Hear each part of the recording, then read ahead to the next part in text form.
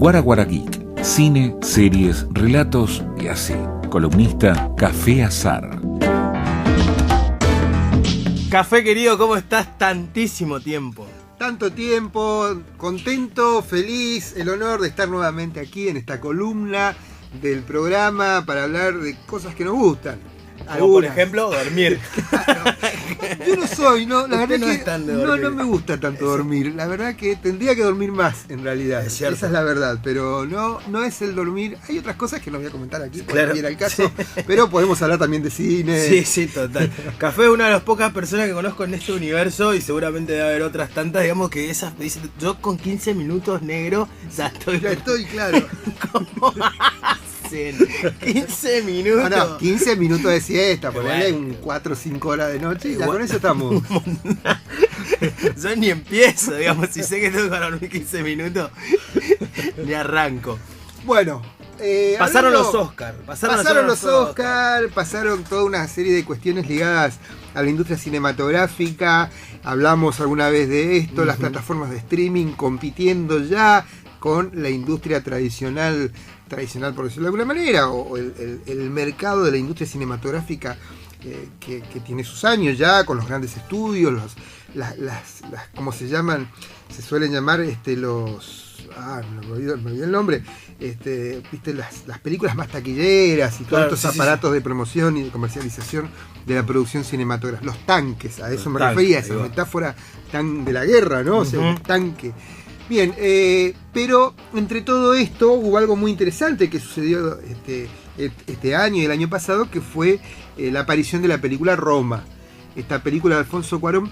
No sé, que cuando se habla de cine, estoy leyendo ahora, estoy dando una cátedra ahí de cine, mucho trabajo filosófico, teórico sobre el cine. Y Gilles Deleuze dice, ¿quién es el autor de una película?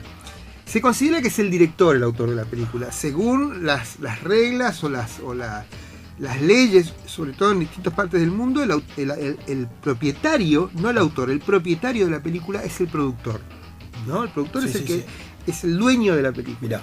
De hecho, hay historias, después en algún momento, si querés, podemos hablar de La Montaña Sagrada, aquella película de Jodorowsky que la produjo este amigo de Harrison, de Lennon además, que se peleó con Jodorowsky, estuvo 10 años la película guardada porque no había relación entre el productor y el director de la película. Mirá. Y el autor. ¿Qué dice Deleuze? ¿Se puede considerar el autor aquel que tiene la visión, aquel que piensa la idea o aquel que la hace efectiva? ¿Qué quiero decir con esto? Generalmente en una producción cinematográfica hay como muchos departamentos, se delegan muchos aspectos que tienen que ver con la realización. Por ejemplo, el arte, la iluminación, hay un jefe de fotografía, claro. Hay alguien que maneja el tema de las locaciones, el tema de la escenografía. A veces los directores se comprometen con todo el proceso y en ese sentido sí podríamos decir que el director es un autor.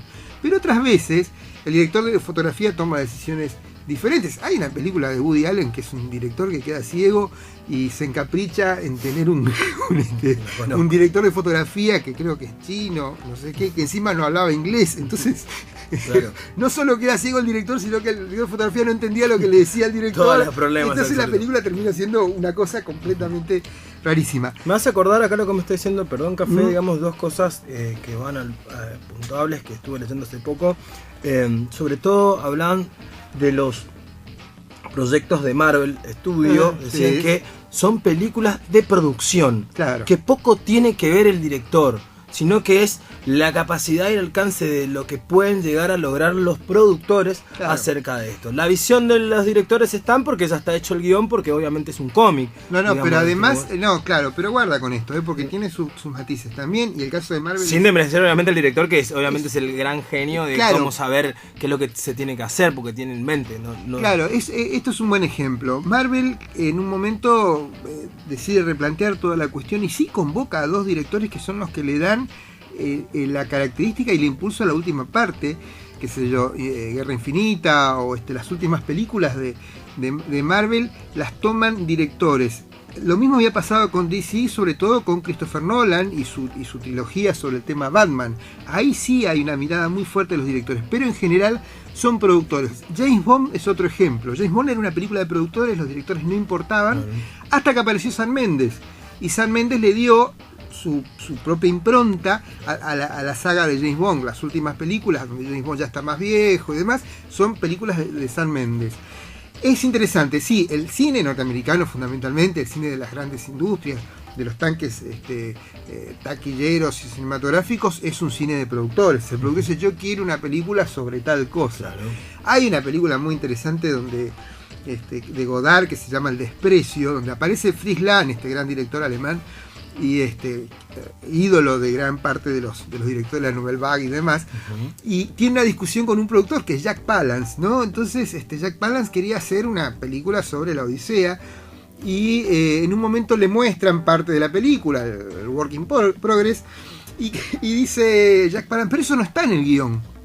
Entonces el director dice, sí, está en el guión. No está en el guión. Entonces el productor mira el guión y dice, sí, estaba en el guión, pero no es eso lo que vimos. Entonces el director dice, porque el guión es una cosa y el cine es otra.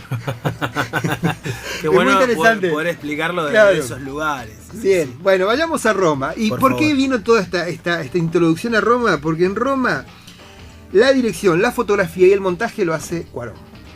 O sea, pateó el centro, claro, cabeció, exacto. El rebote hizo el gol. El autor es Cuarón, y es un autor con una historia además muy personal que tiene que ver con su infancia. Con su infancia y las relaciones entre sectores de una clase media alta y gente, trabajadores domésticos que vienen de pueblos originarios. Es muy interesante lo que plantea Cuarón y es muy interesante lo que pone en discusión la película Roma. Roma, podemos decirlo, se llama porque es un barrio de México donde se crió el director y que en algún momento aparece mencionada en la película, pero así como al pasar. Claro. Sí. La protagonista, que no me acuerdo el nombre ahora, había anotado, pero no, me olvidé, Aparicia, algo así se llama. Es la que le dedica. Claro, exactamente. Sí. En un momento va a un lugar y le dice el muchacho al que ella va a buscar, ¿qué haces acá en Roma? Pero después no hay otra mención en la película sobre ese barrio. Para quienes viven en México, sí, evidentemente es una reconstrucción del barrio Roma de la década del 70. Pero la discusión que generó fundamentalmente Roma es esta visión de la relación entre, por decirlo así, quizás esquemáticamente, entre explotadores y explotados. Claro. ¿No? O sea, ¿qué pasa? Por un lado, la dueña de casa separada que puede hacer romper su auto cuando entra en un garage pequeño. Y por otro lado, la empleada doméstica que había perdido un hijo y que no puede ni siquiera exteriorizar lo que le pasa. Claro. Sí. Sobre esto dijo Slavoj Žižek, me parece maravilloso. Dice, la película Roma ha sido muy dicha o puesta como virtuosa o ha sido muy aclamada por las razones equivocadas. No es la unión de aquel que no tiene con el que tiene, sino es al revés, es la prisión del que no tiene dentro del que tiene. Muy bueno. Y toma le dio de vuelta el enfoque. Claro, toma una frase de Eliot, este gran autor del libro Asesinato en la Catedral, donde dice, el mayor pecado es hacer lo correcto por la razón equivocada. ¿Qué es hacer lo correcto por la razón equivocada? Bueno, hay una situación en la película donde esta empleada doméstica asume un riesgo para salvar unas vidas. Exacto. Ítems que podamos deslumbrar de Cuarón. Su película de hace mucho tiempo que rondaba en la cabeza. Exactamente. Y vos me vas respondiendo, estrenarlo en plataforma Netflix. Claro, Netflix le dio la posibilidad de hacerla. Claro. Yo no sé si esta película, así como está planteada, hubiera entrado dentro de los estudios tradicionales. Sí. Que esté planteada, digamos, en escala de grises. Bueno, claro, escala de grises es también otra apuesta y otro riesgo importante que toma Cuarón. Y la última, bueno, le voy a agregar una más. Hablar de México en Estados Unidos con todo lo que tiene que ver de inmigrantes. Esto es algo que no ha tocado el cine, pero es real. Pero a contraparte de esta idea, si vamos de acá para atrás, creo que 2 o 3 directores más se suman desde México a ser los grandes directores de los tanques de guerras. Estamos hablando de Birman, estamos hablando de ¿cómo se llama? Bueno, el que hizo Birman, el que hizo con Leonardo Iñárritu, claro, claro, que hizo con Leonardo DiCaprio, ¿cómo se llama? ¿Esta? Sí, la del oso. La del oso, renacido. Renacido. Principio de año. A las categorías cinematográficas me encantan. Te recomiendo, digo, ya que estamos aquí hablando de películas, te recomiendo, te lo resumo así nomás, que es un... Hermoso. Genial. Entonces tiene una categoría ahora que se llama cosas que no pasan en la vida real. Entonces vos ves explosiones de las cuales, por ejemplo, el personaje de Doug McClane, de Duro de Matar, zafa de una explosión en helicóptero bueno, esas cosas nunca van a pasar en la vida real. Yo siempre cuando almuerzo hablan mucho de una serie, la otra vez vi, te lo resumo así más de Umbrella, 11 minutos, listo, ya me vi, si me interesa la segunda la veo. Claro. Bien, hablando de Roma, es interesante esto que decís. Félix Guattari, un psicoanalista y personaje también, yo diría filósofo, además, dice... Godard en un momento dijo, bueno, todo cine es documental, aunque no pretenda hacerlo. Si la película está bien hecha, es documental.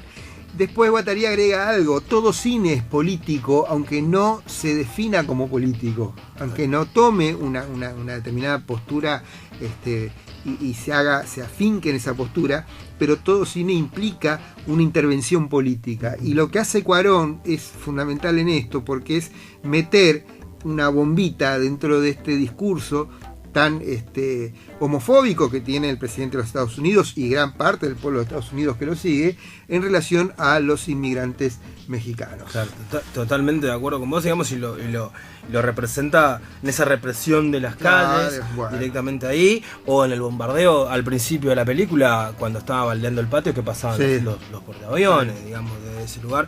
Y me parece que ahí donde me acuerdo, porque bueno, yo tuve la suerte de ver a Roma por segunda vez en el cine. Mirá, cine municipal de Córdoba. Me contaste, sí. Pasaron ahí. Bueno, es una película para ver en cine, realmente. Claro, ¿no? Y ahí yo decía, digamos, bueno, que Netflix se haya adelantado y ya haya ganado, empezando a apostar dinero, que una película gane un Oscar y esté en Netflix, la cantidad de usuarios que debe tener. Claro. Según un índice decía que Roma salió casi 14 millones de dólares y la promoción que puso en Netflix para que gane esto, 25 millones de dólares. Un fangote de dinero que obviamente se resume en usuarios y en otras cosas, digamos, para Netflix, que todavía ni idea cómo lo pueden resumir. Pero Cuarón mismo dijo, yo no sé si posta podía estrenar esta película y iba a entrar al circuito. Exactamente. Y eso abre un paradigma, y vos que estás en la docencia, no puedes decir que alienta en una forma muy liviana a decir que tenemos la posibilidad de poder contar las historias que queramos todo el tiempo, siempre y cuando tengan los formatos universales y situaciones que pide el mercado. Yo diría al revés, mientras tengan los formatos particulares, individuales y originales, que cambian justamente esa estructura del formato tradicional de películas. Porque justamente lo que hace Roma es dar vuelta. Todo este mecanismo, este discurso cinematográfico, audiovisual que vemos por todos lados, ¿no? Claro. Así que sí, me parece muy interesante. Uno podría terminar con la frase ¿quién dijo que todo está perdido? Claro. Pero como no traje Fito Páez y no traje Soda Stereo, vamos a cerrar con un tema de Soda Stereo que se llama Paseo por Roma, como una asociación libre sobre la palabra Roma. Me parece, vamos a disfrutar esta canción.